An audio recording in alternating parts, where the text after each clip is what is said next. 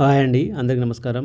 AP రాష్ట్రంలో పెన్షన్‌దారులందరికీ ముఖ్యమైన alert అయితే రావడం జరిగింది. పెన్షన్‌లు తీసుకునే వారికి ప్రభుత్వం అయితే బిగ్ షాకింగ్ న్యూస్ ఇచ్చిందని చెప్పొచ్చు.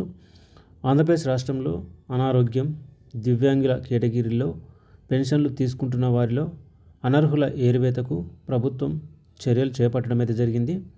అనర్హులుగా గుర్తించిన వారికి నోటీసులు ఇచ్చి పెన్షన్‌లు రద్దు చేయనున్నట్లు సమాచారం.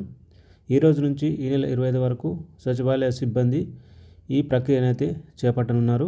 40% కన్నా తక్కువ వైకల్యం నమోదైన వారి పెన్షన్లను అయితే రద్దు చేస్తారని సమాచారం. అలాగే కొందరు పెన్షన్ల కేటగిరీని మార్చి సచివాలయంలో కొత్త సదరం సర్టిఫికెట్లు జారీ చేయనున్నట్లు సమాచారం. అంటే వికలాంగుల అర్హత లేకున్నా ఎవరైతే పెన్షన్లు పొందుతున్నారో వారి యొక్క పెన్షన్లను అయితే రద్దు చేయనున్నట్లు ప్రభుత్వం అయితే వెల్లడించడం జరిగింది. సో ఎవరైతే దివ్యాంగుల పేరిట అంటే అర్హత లేకున్నా పెన్షన్లు పొందుతున్నారో వాళ్ళ యొక్క పెన్షన్లను అయితే రద్దు చేయనున్నారు.